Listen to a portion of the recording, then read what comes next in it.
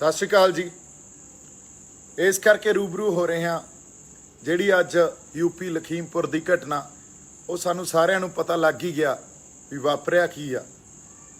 इस बीजेपी सरकार दी जिहड़ी एक फासिस्ट फर्शीवाद सोच है ना वो सामने आ रही है भी ये किन्ने निर्दयी ते जालिम आ।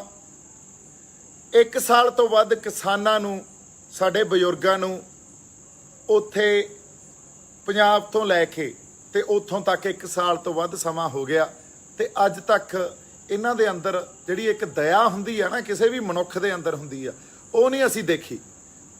एक पासे तां जिद्दें भारत बंद दी कॉल सी उदें बीजेपी दा जिहड़ा कृषि मंत्री आ वो आके कहंदा भी असीं गलबात लई तैयार आ ते दूजे पासे यूपी च एक केंद्री मंत्री वो साडे किसानां दी उत्थे मौत भी हुंदी आ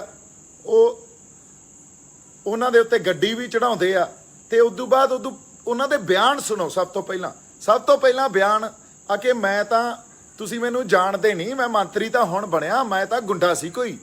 ये बयान इन्हां दी मानसिकता देखो।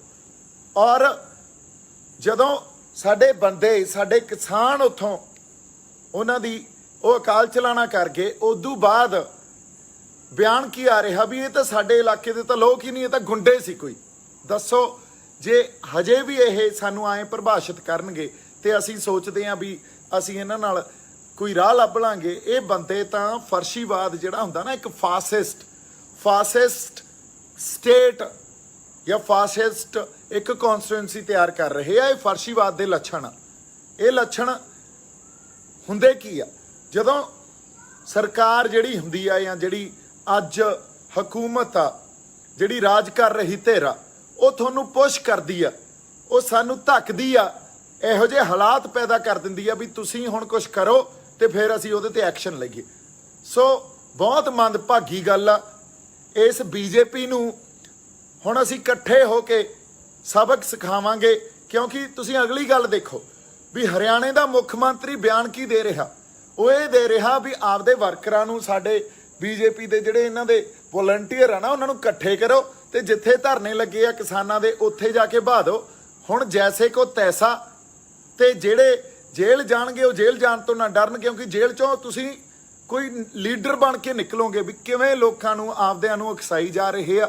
यही फासिस्ट स्टेट दी जिहड़ी एक फाउंडेशन हुंदी आ ना वो इन्हां गल्लां तो ही शुरू हुंदी आ। और किस मौके ते आके क्योंकि एक दौर इहो जिहा चल रहा किसे मौके ते आके जदों हालात आ उन्होंने किस तरह दा टर्न ले जाना यही गल्लां जिहड़ियां सानूं समझणीआं पैणगीआं। एक तां हुण असीं इकट्ठे रहीए जाबते च रहीए बहुत जरूरी आ, सानूं उकसाउण दी कोशिश करनगे जो साडी लीडरशिप आ किसान यूनियन दी लीडरशिप आ साडी जथेबंदियां अज ये मौका भी असीं उन्हां दी कॉल दी उडीक करिए जाबते च रहीए ते जिहड़ी अगली कॉल होऊगी साडी लीडरशिप दी साडे 32 जथेबंदियां दी आगूआं दी उत्थों उस दे नाल निभीए एका ना तोड़ीए।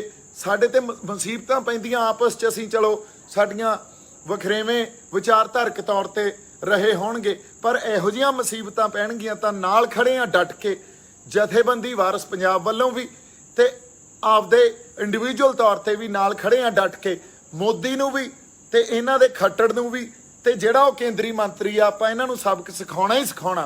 इन्हां ने जिहड़ी गल समझ रखी है ना भी इत्थे असीं कुछ भी कर सकते हैं, सानूं कोई पुछण दस्सण वाला नहीं आ।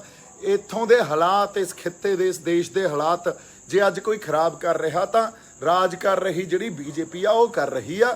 इस गल नूं असीं बिल्कुल भली भांति जाणदे आ। पर इहदे नाल नाल एक गल मैं फिर दुबारा करदा जिवें साडे पंजाब च इत्थे श्री गुरु ग्रंथ साहब जी दे निरादर करन दी कोशिश कीती जा रही है वार वार उत्थे भी उकसाउण दी सानूं जिहड़ी गल आ जां घटनावां कीतीआं जा रहीआं भी हालातां नूं किसे ढंग नाल भी इह मोड़ा दिता जावे ते इहनूं हिंसा वाले पासे लै जाइए, हालात उधर नूं लै जाइए ते उदों बाद फिर असीं देश की एकता अखंडता या इंटरनल सिक्योरिटी का बहाना ला के ते असीं इन्हां नूं नप लांगे। सो सानूं ये गल्लां समझणीआं पैणीआं। पहली गल भी असीं जाबता नहीं तोड़ना, दूजी गल जो आगूआं दी हुण कॉल होऊगी उहदे ते असीं ਨਾਲ ਨਿਭਣਾ। ਪਰ ਆਗੂਆਂ ਨੂੰ ਬੇਨਤੀ ਇਹ ਆ ਵੀ ਹੁਣ ਸਾਨੂੰ ਕੋਈ ਨਾ ਕੋਈ ਇਹਨਾਂ ਬੰਦਿਆਂ ਨੂੰ ਸਬਕ ਸਿਖਾਉਣ ਵਾਸਤੇ ਪਲਾਨ ਦੇਣਾ ਪਊਗਾ, ਕਾਲ ਦੇਣੀ ਪਊਗੀ। ਗੱਲ ਜਿੱਧਰ ਨੂੰ ਵੱਧ ਰਹੀ ਆ, ਅਸੀਂ ਜਾਬਤਾ ਤੋੜਨ ਦੀ ਗੱਲ ਨਹੀਂ ਕਰ ਰਹੇ, ਏਕਾ ਤੇ ਜਾਬਤਾ ਰੱਖਣ ਦੀ ਗੱਲ ਕਰ ਰਹੇ ਆ, ਇਹ ਬਹੁਤ ਜ਼ਰੂਰੀ ਆ। ਪਰ ਜਿੱਧਰ ਨੂੰ ਗੱਲ ਇਹ ਲੈ ਕੇ ਜਾ ਰਹੇ ਆ, ਇਹ ਕੋਈ ਬਾਲੀਆਂ ਸੁਖਾਵੀਆਂ ਗੱਲਾਂ ਨਹੀਂ ਆ। ਸਰਕਾਰ ਨੂੰ ਹਜੇ ਤੱਕ ਸਾਲ ਤੋਂ ਉੱਤੇ ਹੋ ਗਿਆ ਸਾਡੇ ਬਜ਼ੁਰਗਾਂ ਨੂੰ ਬੈਠੇ, ਸਾਨੂੰ ਸੰਘਰਸ਼ ਕਰਦੇ ਹੋਏ, ਹਜੇ ਤੱਕ ਇਹ ਗੱਲ ਸਮਝ ਨਹੀਂ ਆਈ ਵੀ ਇਹਨਾਂ ਦੇ ਹੱਕ ਕੀ ਆ ਤੇ ਇਹਨਾਂ ਦੇ ਹੱਕ ਇਹਨਾਂ ਨੂੰ ਦਿੱਤੇ ਜਾਣੇ ਚਾਹੀਦੇ ਆ। ਸੋ ਇਸ ਸਾਰੀ ਗੱਲ ਨੂੰ ਦੇਖਦੇ ਹੋਏ ਸਭ ਤੋਂ ਵੱਡੀ ਲੋੜ ਸਾਨੂੰ ਇੱਕ ਰਹਿਣ ਦੀ ਆ, ਹੋਰ ਵੱਡੀ ਲੋੜ ਸਾਨੂੰ ਜਾਬਤੇ 'ਚ ਰਹਿਣ ਦੀ ਆ ਤੇ ਇਕੱਠੇ ਹੋ ਕੇ ਹੁਣ ਦੇ ਹਾਲਾਤਾਂ ਨਾਲ ਨਜਿੱਠਣ ਦੀ ਆ। ਬਹੁਤ ਦੁੱਖ ਹੋਇਆ ਇਹ ਗੱਲ ਸੁਣ ਕੇ ਵੀ ਜਿਹੜੇ ਸਾਡੇ ਕਿਸਾਨ ਅਕਾਲ ਚਲਾਣਾ ਕਰ ਗਏ ਤੇ ਜਿਹੜੇ ਕੁਝ ਜ਼ਖਮੀ ਹੋ ਗਏ ਉਹਨਾਂ ਦੇ ਨਾਲ ਖੜੇ ਆ ਜੀ। ਉੱਥੇ ਜਾ ਕੇ ਵੀ ਆਵਾਂਗੇ। ਮੇਰੇ ਵੱਲੋਂ ਹਮੇਸ਼ਾ ਹੀ ਜਿਹੜੇ ਵੀ ਸਾਡੇ ਧਰਨੇ 'ਚ ਬੈਠੇ ਆ ਸਾਡੇ ਕਿਸਾਨ ਬਜ਼ੁਰਗ, ਉਹਨਾਂ ਦੇ ਨਾਲ ਤੇ ਈਵਨ ਜਿਹੜੀਆਂ ਪਰਿਵਾਰ ਨੇ, ਜਿਹੜੀਆਂ ਰੂਹਾਂ ਵਿਛੜ ਗਈਆਂ ਪਰਿਵਾਰਾਂ ਤੋਂ ਸਾਡੇ ਤੋਂ, ਉਹਨਾਂ ਦੇ ਲਈ ਬਹੁਤ ਬਹੁਤ ਅਰਦਾਸਾਂ, ਬੜਾ ਸਤਿਕਾਰ ਤੇ ਜਿਉਂਦੇ ਵਾਸਤੇ ਰਹੋ। ਵਾਹਿਗੁਰੂ ਜੀ ਕਾ ਖਾਲਸਾ, ਵਾਹਿਗੁਰੂ ਜੀ ਕੀ ਫਤਿਹ।